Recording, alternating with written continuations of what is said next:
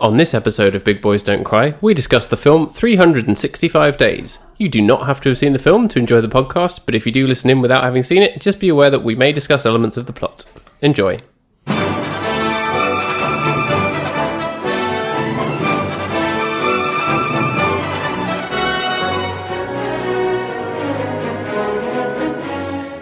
Oh, hi. Let's talk about sex, baby. Our names are Rob and Paddy. We're gonna talk about performative capitalism. Oh yeah, not me. Do we have to? Hello. We do, unfortunately. It is what we're about today. Can't we talk about something fun, like dogs, or, I don't know, chickens, farm animals? I'm afraid we've got to talk about erotic dramas. Well, then why are we talking about 365 Days then? Oh! It's not erotic. And let's go straight into it. I know we normally have a little bit of a preamble. No, let's dive in. I didn't have anything to talk about. I'm too tired. All I was going to say was I'm getting a haircut tomorrow. Oh, that is very good. Yeah. That is very good. Are you going to get a haircut like the main guy in 365 Days? Yeah, definitely. Massimo. I definitely have a similar... Massimo cut. A similar face shape. I'm going to walk in and be like, give me the Massimo. And the guy's going to be like, I got you, bro. What you've got to do is practice the most vile sex face in the world and then see if you've got the same kind of face as him. Shall I turn on my camera to show you what that looks like? Yeah, please do. That is uncanny. That is very much like it. It's good fun for an audio podcast. That's very good, very good. So 365 Days is a film. It is billed as the Polish 50 Shades of Grey. Yeah. And again, that's not a good thing. Yeah, not really. They always tell you in marketing and publicity not to say you're the next whatever. But actually, 80% of the time, that's the only thing that works, right? Yeah, because it immediately makes people think, I knew that thing and I liked it. Let's go over there. Let's do that again. So it is based on the first part of a trilogy of books. Of course. A lot like 50 Shades of Grey. I can't wait for 366 days, am I right? It's going to be like 102 Dalmatians. That's how it works, right? No, it's like Glenn Close is going to show up. It's like 28 days later, then it's going to be 28 weeks later. Oh, God. 365 weeks. That's a long time. Yeah. So yeah. While you compose yourself, I'm just going to go shut the window because my neighbour's dog is barking. But there's a dog that is a real fan of of this movie and of this series. So right, okay. Welcome back. I can hear you moving around. You what, mate? You what, mate? Yeah. What shit you talking about me? So it's 365 Days is the first of a trilogy of books by Blanka Lipinska, who is a Polish cosmetologist and author. What is a cosmetologist? Perhaps that's outside of that's my ignorance, but it's old man Paddy showing up again here. Is that someone who studies the works of H.P. Lovecraft? No, that's that's a yeah, a cosmicist is the word. Cosmicist, yeah. No, it's cosmetic treatments basically. Right. So okay. A professional to do with hair and skin, a bit like H.P. Lovecraft, I suppose. Yeah, he was into skin. He was very into skin and hair and tentacles. So Blanka Lipinska, a beauty expert, I suppose, and an author. She's also a therapist hypnotist. Oh, okay. She sounds like a fascinating person who I would love to sit down and talk about her life with. Yeah, definitely. Because that is just a cool series of things that someone can go through in their lives. And she wrote the first of this series, which is interesting because, again, it is a female written S&M based series, again, like 50 Shades, but again, it brings up all of these issues with, the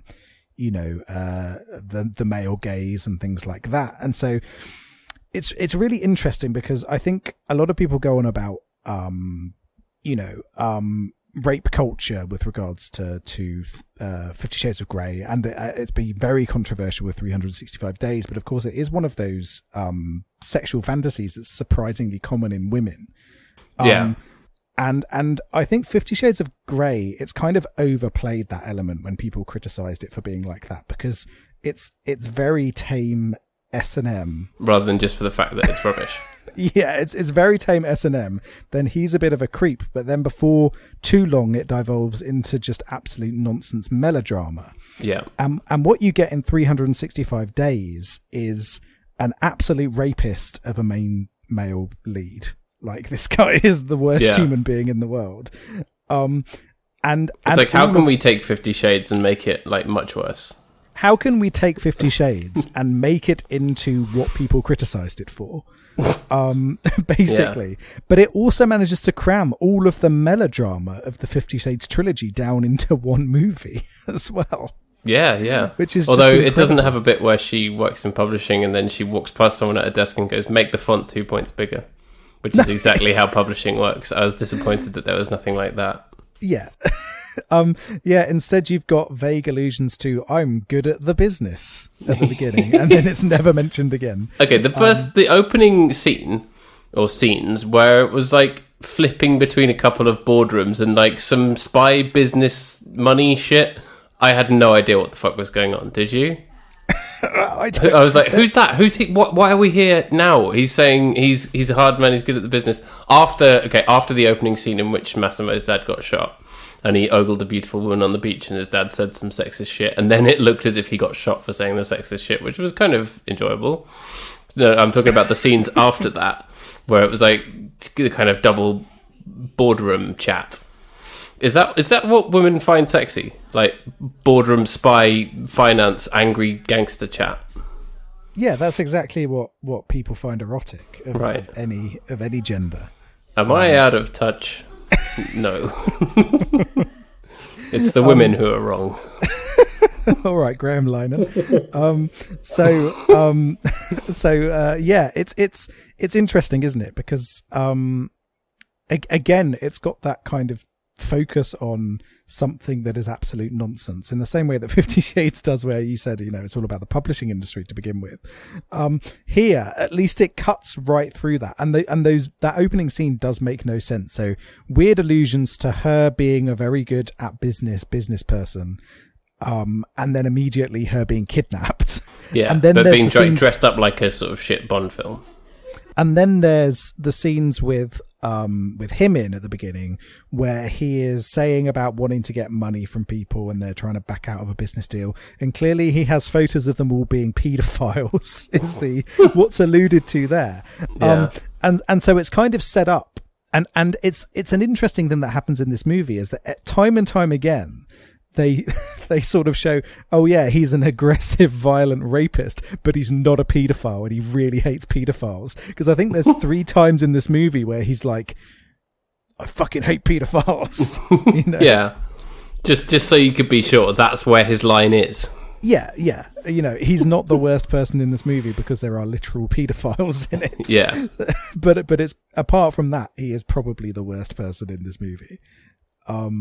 So he saw this woman on a beach the day that his father got shot, and then he became obsessed with her, had portraits painted of her, and then when he sees her again, he kidnaps her, drugs her fiancé, and then gets a woman to rape him so that he can have photos showing that he's unfaithful. And then when the woman wakes up, he says, I'm going to keep you captive for 365 days. And at the end of that, I'll let you go. But by then you're going to fall in love with me. No, doesn't he say you have to fall in love with me?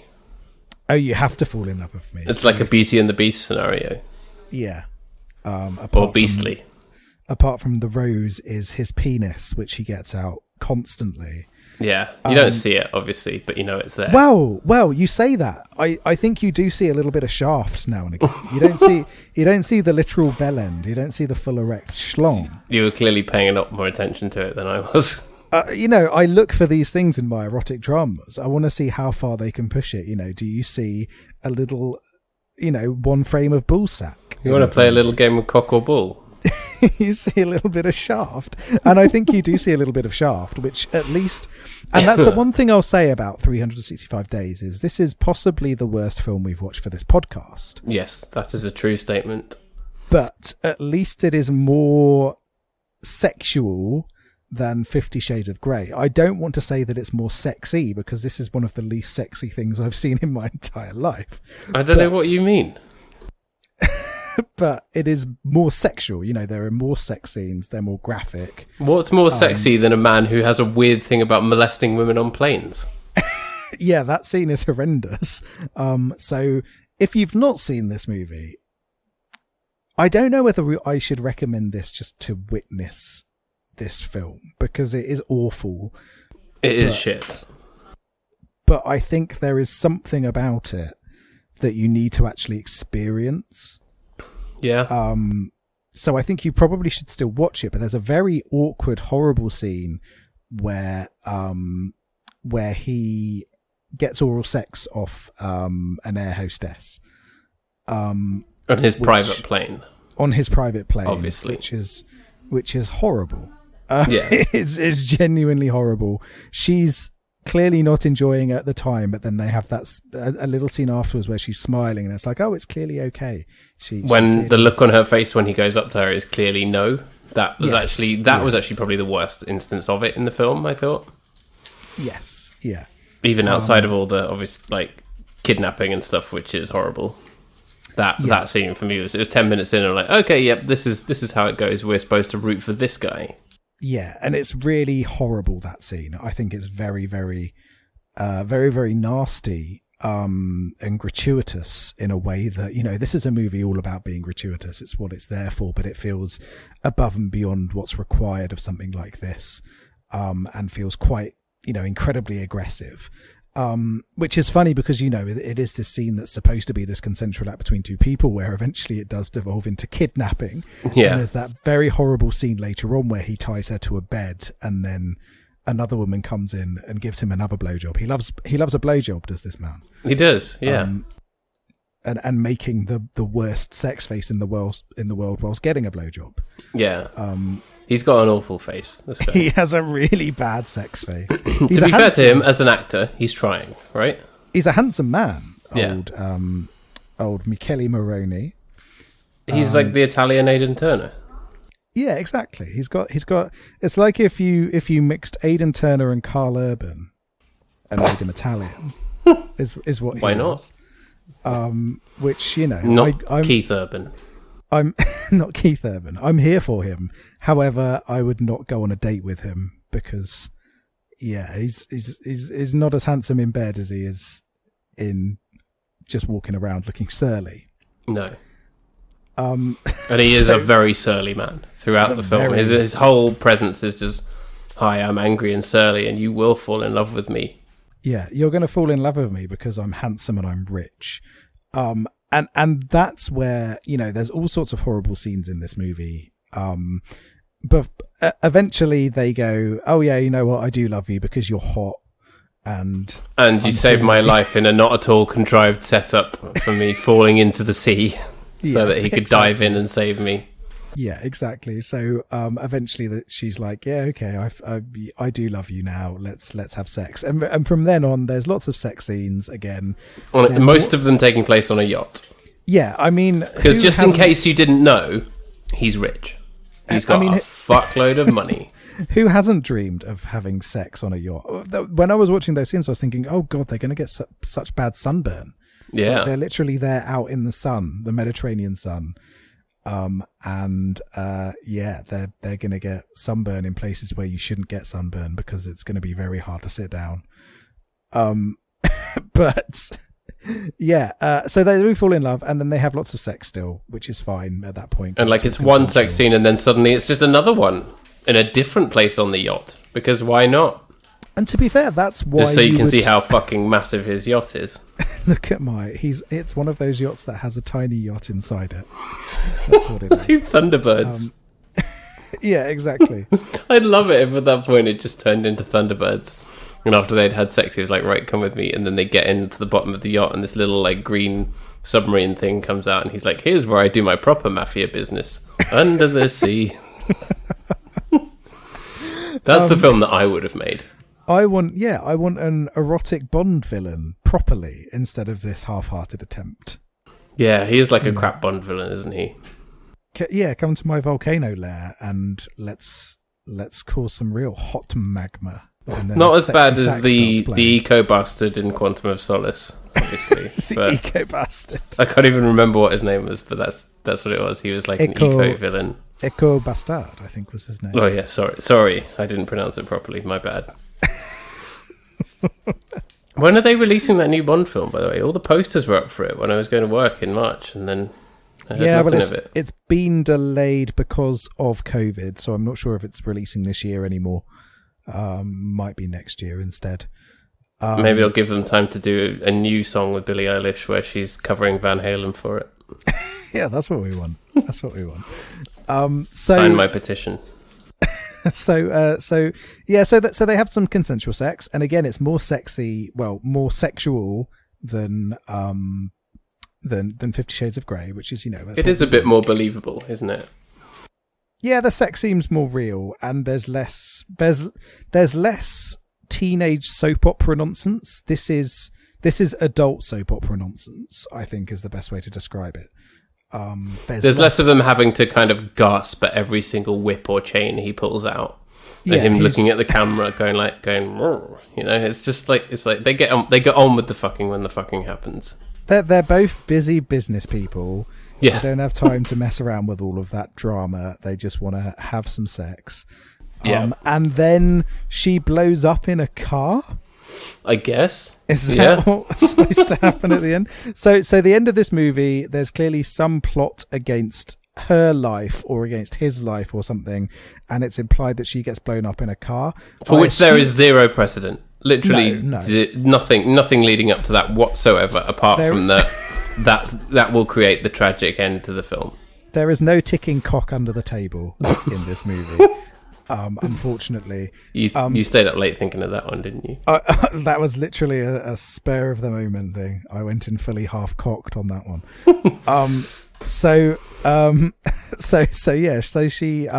she gets blown up in a car, and I assume that she doesn't actually get blown up in a car because there's 3 of these books. Yeah, they're already making another movie. I looked at the Wikipedia page to find out what they're called. So the second one is called... Hang on. It's called This Day or something. This Day. And then the third one is called Another 365 Days. So it is really the 366th day.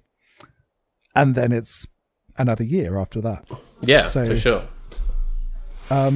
So yeah, it's amazing. It's amazing. I'm really looking forward to him.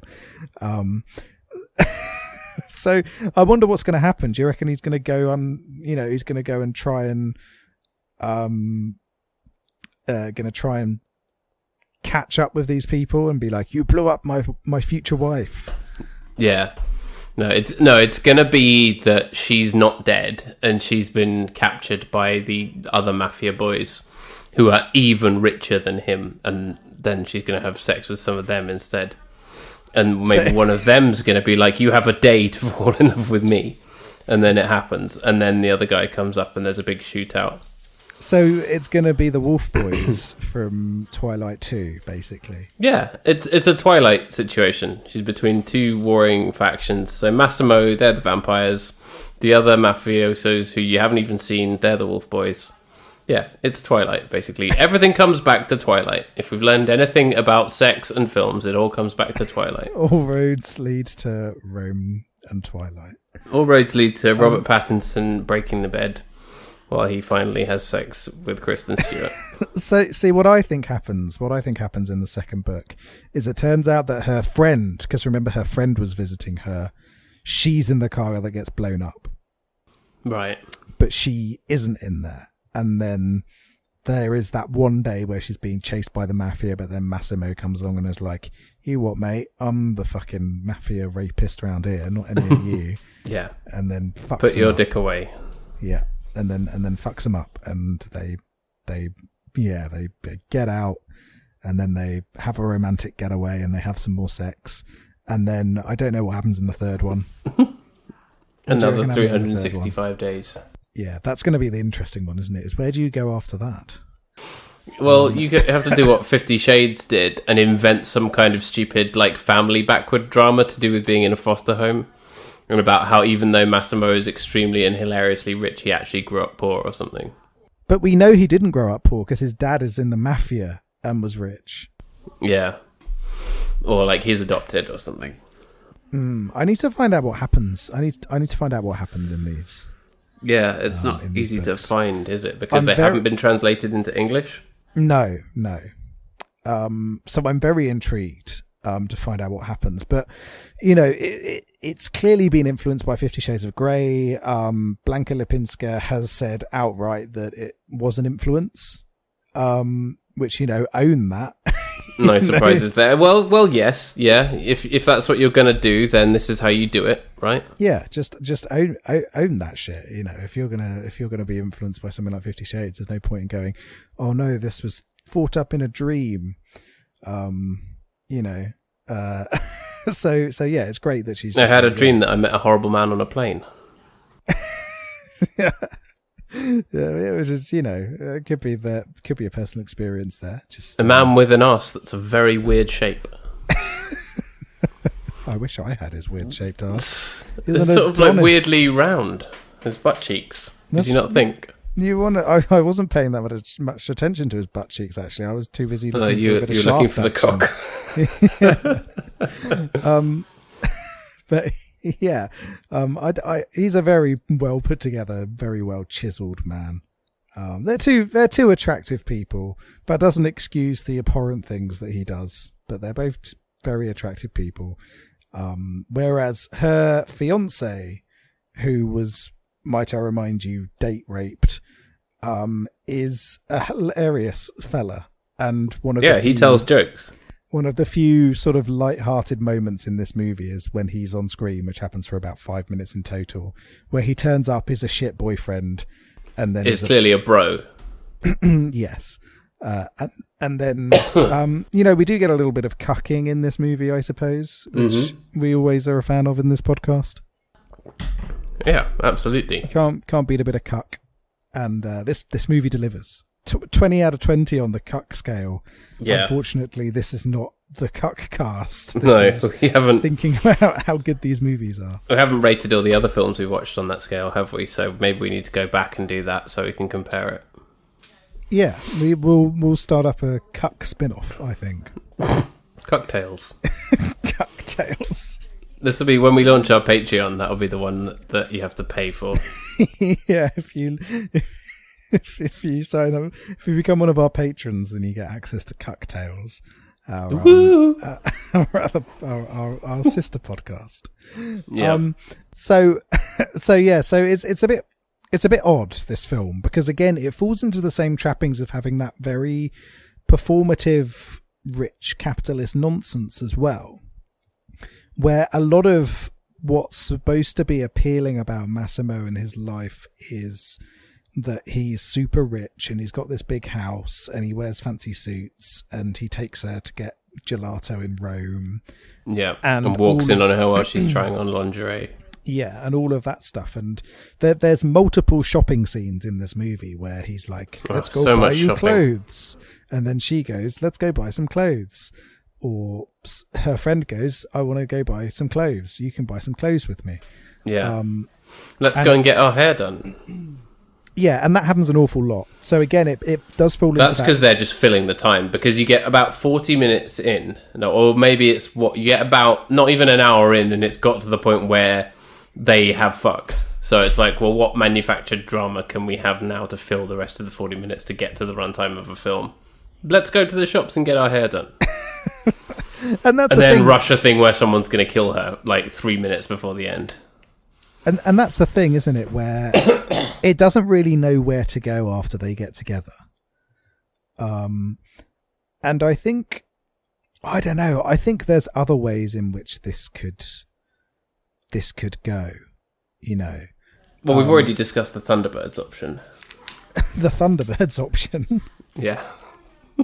That was, one of those Robert Ludlum books that was unfinished, that was written by someone else after he died.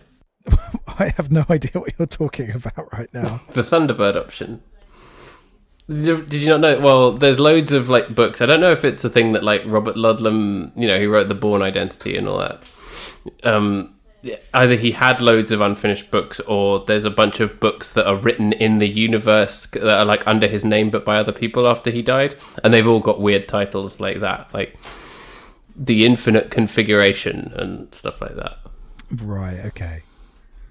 I had you down as a Robert Ludlum guy. No.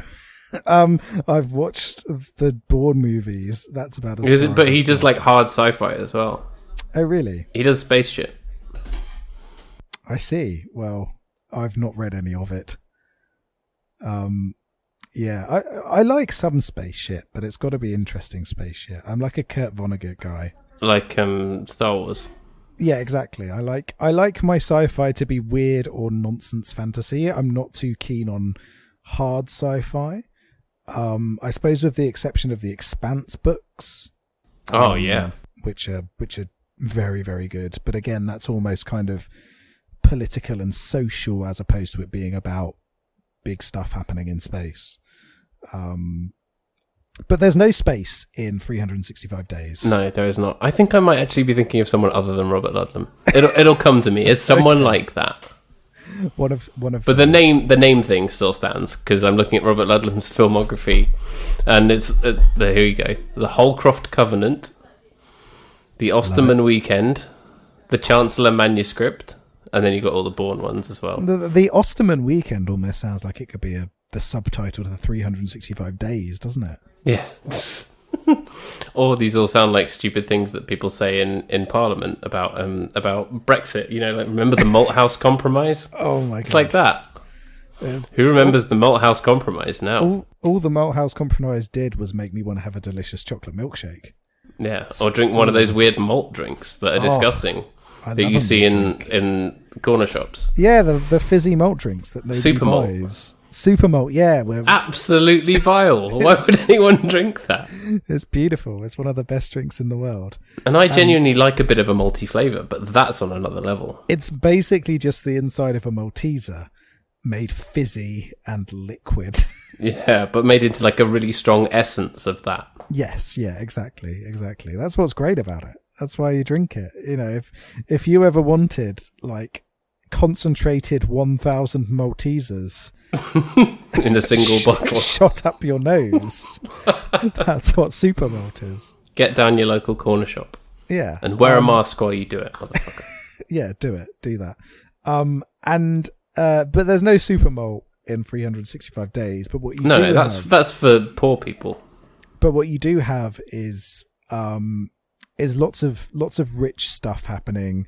There's one scene where they have sex for the first time, or maybe when she teases that, maybe I will have sex with you, is when she gets up and goes for a shower, and it's clear that like the shower room is the other side of some glass doors from their bed.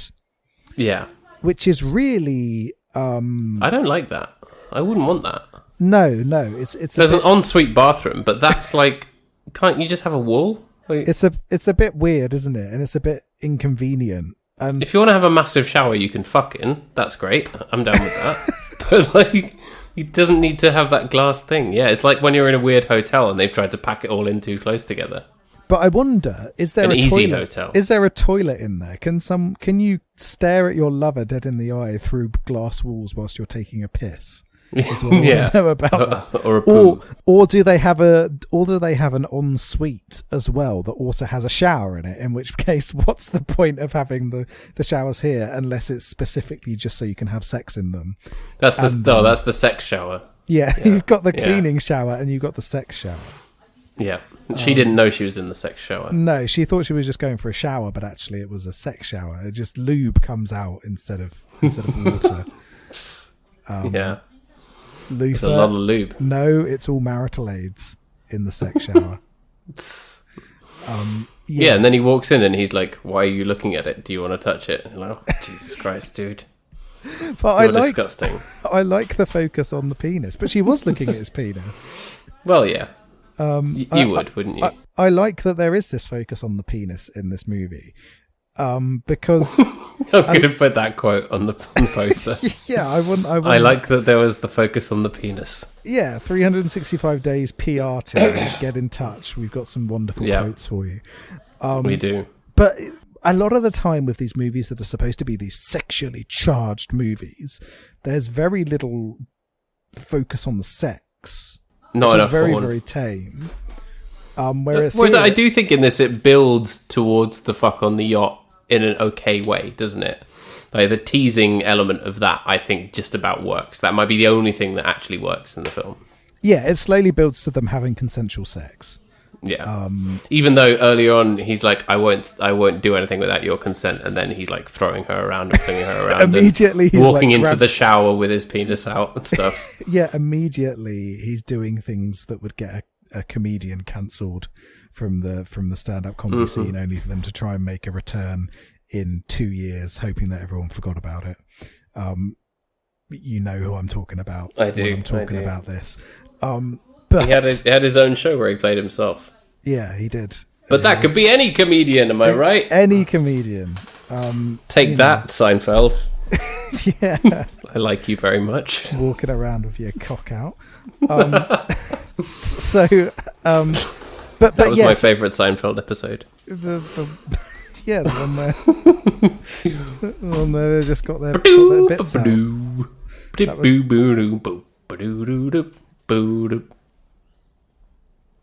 Is a penis. But you know, and there is a lot of issues with consent in this movie in a way that's far, far worse than 50 Shades of Grey is. Where he's grabbing her by the throat constantly, throwing her around constantly, literally trapping her in a big mansion. And you already know it's against her will because he's kidnapped her. Yeah, he is. So it's almost like, because kidnapping is an extreme thing that happens in the context of kind of, you know, action thriller type films, it's like that makes all the rest of it okay, when it obviously doesn't. Yeah, he's a proper villain. He's a proper creepy villain who's been stalking this woman and is obsessed with her. How did he get a portrait done of her when he only saw her through binoculars? He hired lots and lots and lots of artists. And what you don't see is that one floor of the house is just full of botched paintings where he's like, no, her eyes are not that shape. He eventually got it right. Yeah, eventually. There's 1,000 dead bodies of portrait artists in his attic. Yeah, eventually someone got it right. So that would have been a great scene where she goes into a room and there's like a version of her, kind of like a taxidermy version. You know, like that lion that was made by someone who'd never seen a lion? Yes. It's like that. It's just like a horrible version of her. Yeah, but this is Rebecca. In another life, this movie is a horrible cockshaft-filled version of Rebecca. Yeah. Dick Becker, it's called. Alfred Hitchcock never lived up to his name, did he? So no, this film had to come along and do it for him. Yeah, if you ever read Rebecca or watched the adaptation, I've seen the film, which was very good. Oh, it is very good. Did we talk about it? No, we should do. I think maybe we should do a double bill when the new Rebecca comes out. Yeah, that's a good idea. Did we do My Cousin Rachel? Or did we just watch it? We've had this conversation recently. I think I'm losing my mind. I saw it and was creeped out by it, but it was good. It's got good people in it. Yeah, unlike 365 Days. Yeah, they are not good. I think within the context of it being so awful, they are trying, aren't they? Yeah, and also it's two people acting in a not their native language. Yes. Dealing with a very bad script. Yeah. So in that context, I'm not going to shit on their performances. And they're handsome, and they have sex, and the sex looks genuine. And is that? Do people want more than that from a trashy Netflix film? No, I don't think they do. Probably not. And that, I think, is the reason that it's become a sort of weirdly popular film, even though it's obviously rubbish and problematic. Yeah, and I think, I think there's two ways to go around discussing the sort of problematic elements of this movie. Is that, this is a fantasy of a lot of people, even though those who don't have that fantasy don't understand it and are creeped out by it. But I think there has to be that kind of definition between what's sort of right and what's not, if you know what I mean, where don't kink shame anybody, but maybe don't promote horribly creepy men. Yeah. And like romanticize that. Yes. Yeah. So, and I think I do hope that this series doesn't go down the route of making it into an actual romance. I think if it was just about the sex and just keeping it as trashy as it is, it's probably okay. But if it does go down the route of 50 Shades, where it tries to turn it into this love for the ages thing, I think that's where those kind of issues become more of a problem. No amount of Eurovision entries that sound like they're aping Ellie Goulding's song from 50 Shades of Grey can save that kind of plot, can it? No, exactly. Although I did kind of vaguely enjoy the Europop soundtrack. I loved the pop soundtrack to this movie. It was great. It was all like overly emotional singing and overly emotional lyrics. Yeah, it's all like it's basically like the Europop version of the songs from The Room, isn't it? Yeah, Stand in a Way of a Bullet, all of that stuff. You are my rose, you are my rose. Yeah, it was like that if that was released now with some beats by Billie Eilish. Yeah, filthy sleaze pop versions of the Rose, The Room. The Rose. It should have been called The Rose. The Rose. It should have. Yeah. I'm gonna make a film called The Rose. Can I play your evil best friend? Yeah, of course. Are you going to kidnap someone? Yeah, I'm going to kidnap. I like how you immediately assumed that I would be playing myself as the main character. Well, it's all we've got to do, haven't you? Yeah, it's going to be my Seinfeld. Yeah, exactly. The penis episode. I'm going to start a trend. Like it's like release the butthole cut. It's like release the penis episode. It's like that. That's exactly what we should do. So I think, there are some problematic elements of this movie, but it is very, very sexual assault-y, particularly those early moments. But more than that, I think the psychological manipulation and the physical violence have perhaps been underplayed by people. Like the fact that he's very physically violent with her. Yeah, and the fact that he tricks her into thinking that her fiance was unfaithful as well shows a kind of calculated quality that I think undermines what's supposed to be sexy about this, this guy who, he acts on the moment with passion and sometimes it's rough. That shows a kind of a plotting which I think undermines how sexy he's meant to be for the people that are into this sort of thing. Yeah, you're supposed to see him as this big romantic guy because he saw this woman once and then got portraits made of her, and that actually like kidnapping her is a romantic gesture, and that all of the violence and stuff is fine because it's within that context, when actually that's a really horrible thing that's at the core of this film. It's as Gordon Ramsay would say, it's rotten. Yeah. But yeah, that whole calculated element of it, I think, is really unsavory and something that's not really been focused on by a lot of the critiques of this film. Well, that's because it's easier to focus on his buttocks. Yeah, he's got his cock out. Yeah, he's in his massive shower. Yeah, exactly. As opposed to, he's come up with this plot to kidnap this woman and then undermine her relationship so he can force her to fall in love with him. Yeah, he's not good. And I hope that the mafia kills him in the sequels. Yeah. He dies. Maybe that's got to be how it ends. It's got to have that tragic end, hasn't it? And I wonder about how you could make this where it could still fulfill that kind of fantasy that certain women have, whilst also not being problematic. And I think the only way that you could really do that is by introducing another character who's like another romantic interest. So maybe like one of his right hand men feels sorry for her and tries to get her out or something. The butler guy. Yeah. What's his name? Giuseppe. Giuseppe know. the butler. I love that guy. He was there to help her. Yeah. And he was very nice about it. Yeah. And so I think maybe if they introduce, why didn't she just run off with him? He seemed like a nice guy. And he was also hot, because everyone in these films is hot. But not as hot as Massimo, who is super hot. True. It is. You are either super hot or you're nothing. Exactly. There's no super hotness is a binary. You either got it or you haven't. And unfortunately, nobody else has it in this movie. But yeah, I think maybe they could do something like that, where there's that physical BDSM element that's there for people to get their hearts racing, but then there's also that romantic focus, and maybe he's also into the kinky sex. Yeah. What about if it's best of both worlds? And yeah, I reckon he's got it all. Yeah. And so I think maybe that's a way that you could have done this without it being as, dodgy as it is, I suppose. I think the only way you could have done it without it being problematic was for it to be like a genuine Beauty and the Beast situation where he's got some kind of massive reason that he has to kidnap her and do that, where it's because he was cursed by an old mafia curse or something. That's the film that I would have made.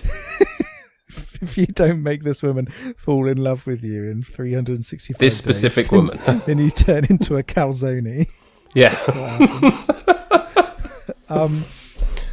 Yeah, or maybe it's something. Maybe it could tie into the business dealings at the beginning, where like, I've got to kidnap you and hold you here because otherwise we won't get this contract, or some nonsense like that. Yeah, I thought it was going to be to do with all the spy boardroom finance, good at business stuff, boardroom business going on at the beginning of the film. I thought it was going to be something to do with that would provide a context for the kidnapping, but no, it's just because he's such a passionate, romantic guy. Yeah, it's because he's a weird creep who saw this woman on the beach when his dad got shot and got PTSD because of it, and then decided to kidnap her. That's it. It's mind-boggling. Oh, of course, it's all fine because it happened when his dad got shot, right? Yeah, yeah, that's why. But it's mind-boggling that is the starting point of this story is something as horrible as that, which is, I fancied you on the beach. Now I'm going to kidnap you X years later, and you're going to fall in love with me. It's horrible, horrible, horrible. There needs to be another reason as to why he kidnaps her, or there needs to be another sympathetic character that sweeps in and, sorts it out. Those are the only ways that this isn't. But even those would be a long shot, wouldn't they? I mean, ultimately, this should not exist. And this has been written as, as you say, a kind of aspirational capitalist fetishization of money and wealth and power being concentrated in male hands, and it stinks. Yeah, but at the same time, if this is what gets someone's rocks off, I'm not going to kink shame them for that. No, I don't object to that on principle. But if you're I think this should not have been made. If you're looking because you could have made something better. If you're looking at this as an aspirational thing, that's a big no-no. If you're looking at it because it gets you wanting to fuck, then that's more fine. Power to you. Nothing wrong with that. That's the separation here, isn't it? Is if you're watching this because you like seeing a tiny little bit of Shaft on Netflix, this is the place to go. If you're watching this and thinking, "Oh, I wish I had a big yacht that I could get sunburn on my balls on," then no, don't watch this. Yeah, there are yacht catalogues. Right? Yeah, exactly. Go and look at some yacht catalogues and don't kidnap women. You know what would get me off was like seeing an old Italian guy who's been starved of love being turned into a calzone by a mafia curse. Netflix, get in touch. Yeah, if you're listening. If you're gonna make movies based on specific, it's called Beauty kinks. and the Feast. Oh dear. Get your meatballs out. Yeah. No, but wait, so is it that he's been turned into a calzone and he can only turn back if someone falls in love with him as the calzone? No, it's like a fly situation where he's slowly turning into a calzone. Right. So he looks down So he one wakes day. up one day and there's like cheese pouring out of his armpit. Yeah, he blows his nose and it's mozzarella that comes out. Yeah. He looks down at his penis one day and it's turned into a chorizo sausage. Those kind of His things. eyes turn into meatballs. Yeah, exactly. Yeah. This is quickly becoming a sort of weird Italian food-themed body horror. Yeah. Well, that's where it's going to go. And then, but also then there's BDSM. Where he's like, pound me like dough, Fabio. It's gay now, by the way. It's LGBT Why not? friendly. Good. Yeah, because we need that representation. More inclusive. We need LGBT friendly food based horror porn on Netflix. He wants Fabio to grind his beef. Untapped market right there. Gordon Ramsay is going to love it. Or roughly cut my basil, Fabio, etc. So yeah, That might be the most bizarre film idea we've had yet, and I love to see it. Yeah, I think there's definitely a market for that. If there's a market for 365 days, there's definitely a market for Beauty and the Feast. Yeah, there's a market for anything on Netflix. Yeah, exactly. But on a serious note, what I hope is that this will inspire more Polish language or broadly non-English language films that are popular, based on popular books that haven't been translated into English to get made. Because there are not enough instances of that, and there's probably a lot of great stuff out there, and stuff that is probably better than this. Yeah, and it's interesting because in terms of Eastern European literature, the video game world has had a lot more success than movies or TV or things like that. So obviously you've got The Witcher, which now has its own television show. You've got Roadside Picnic, which was made into Stalker, but then also made into a video game called Stalker, which brought it to popularity outside of niche film circles. The Witcher also, books were translated, though. I remember they my were, old job, yes. I worked for the publisher of those, and they were selling mad quantities at the beginning of this year. Yeah, and a lot of what really sprung it into popular success is because of the video games. Did you just fart? Did I just fart? Yeah. No. I just heard like a creaking sound. Sorry, carry on. We'll see if that shows up on the recording. It might be the bed.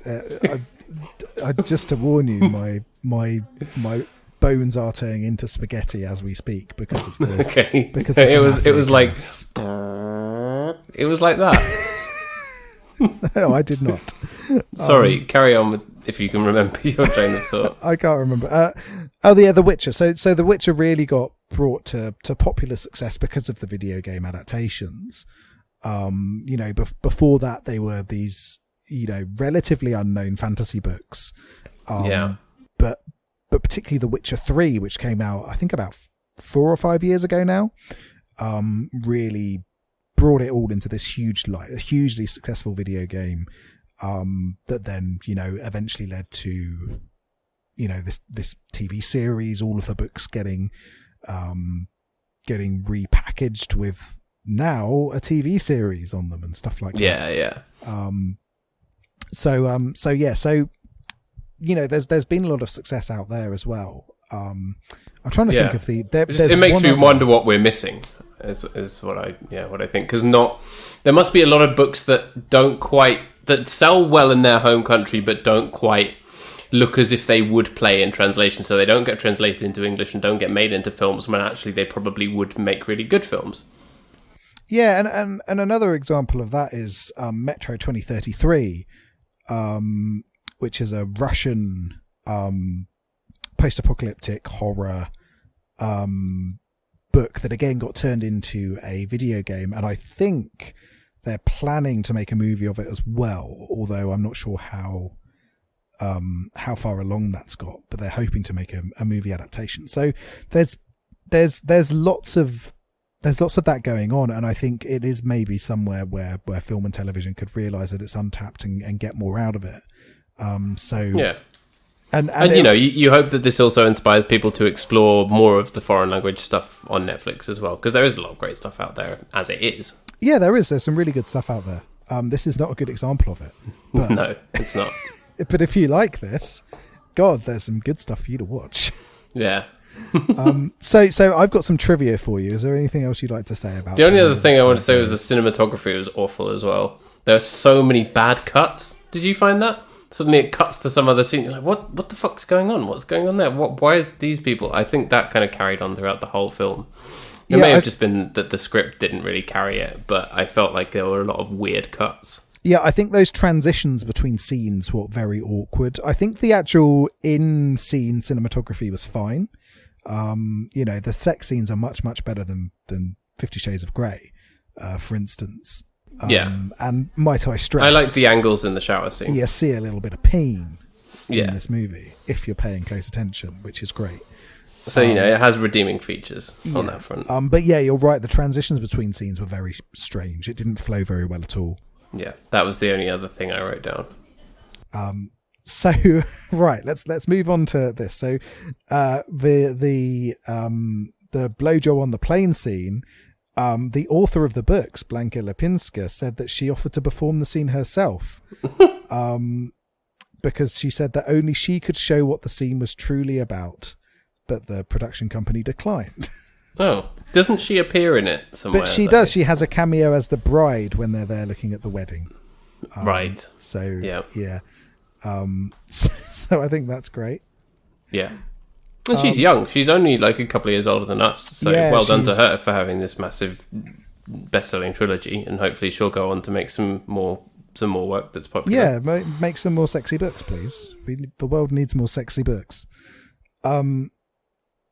So lead actor Michele Moroni denied claims he had real sex with leading lady Anna Maria Saluka for the film's highly explicit sex scenes. He said, "It seems real because we are good actors. We know how to fake it. No, it wasn't real." Good to know. Which is interesting because it does look very, very real. And I did think, this is pretty good. I wonder if they actually had sex. Yeah. But he had nearly given up on his career as an actor. So he nearly given up. He was divorced, broke, and severely depressed as working as a gardener. Wow. But then he got the chance to be in this, and now he's a sexy Italian man in an erotic movie, which has been seen by an awful lot of people. So kudos. Well, good for him, and I hope he goes on to bigger and better things from here. Yes, yeah. If you're wondering what the Polish press thought of this movie, they criticised it for its anti-feminist message, its execution, and its misogyny. Fair enough. How it's been. Nothing. Can't deny any of that. In line with how it's been seen everywhere else as well. However, it has been compared favourably to 50 Shades of Grey, with our lead actor again saying that 50 Shades was too clean and not rough or passionate enough. Which I agree with. This movie he's got a point. Yeah, I think this is exactly what 50 Shades needed to be. Yeah, for sure. So, yeah. Where's your massive shower, Christian Grey? Yeah, he's supposed to be this billionaire. Where's his big sex shower? Where's his Thunderbirds yacht? Exactly. But yeah, so that'll do for trivia. So how are we going to rank this bad boy? Oh, God. How many... Sorry, go on. How many portraits of your lost love do you have hanging up in your house? Yeah. There's a ravaged portrait of her in the attic. Yeah, Dorian Gray, apart from with penis. Yeah. The picture of Italian Christian Grey. Yeah. That's what they should have called it. It is, yeah, exactly. Let's see. I've got 3 portraits hanging up. Not many.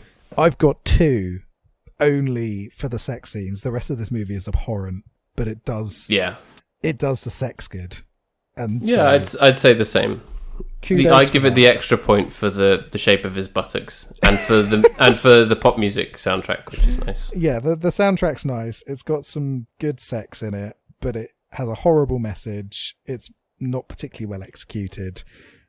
It's more erotic than 50 Shades, so if you do want to just get your rocks off, this is a better option. Yeah, but there's also porn. Well, yeah, exactly. But if you're in the mood where you're like, I don't feel like watching porn, but I don't want to watch something that's not porn, this is where you go. For you. Schrodinger's That's erotica. a category on Netflix, isn't it? Not quite porn. Yeah. Yeah.